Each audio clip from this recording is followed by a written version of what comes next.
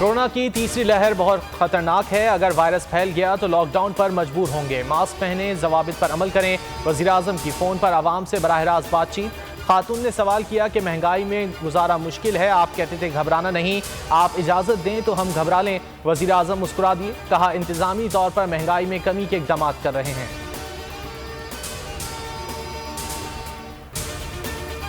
सरबराह PTM मौलाना फजलुर रहमान की तबीयत ताहाल NASA's. मुसलसल बुखार के बायस मौलाना को ड्रिप लगाई गई।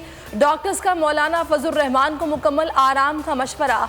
आसिफ अली जरदारी ने मौलाना से फ़ोन पर कहा आप ठीक हो जाएं, फिर सब बातें होंगी। नवाज शरीफ का भी मौलाना को टेलीफोन, सेहत पर तवज्जो देने की अपील। नवाज शरीफ का मौलाना की सेहत याबी के बाद पीटीएम को मुकम्मल फाल करने के आज़म का इजहार।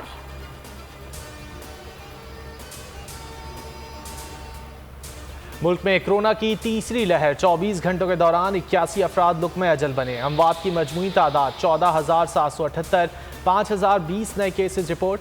एक्टिव केसेस 60,072 हो गए। मुस्बत केसेस की शरह 9.2% रिकॉर्ड की गई। वज़ीर तालीम शफ़क़त महमूद कहते हैं स्कूल खोलने हैं या नहीं, इसका फैसला मंगल को NCOC इजलास में करेंगे। इम्तिहानात से मुतालिक उमूर पर भी बात होगी।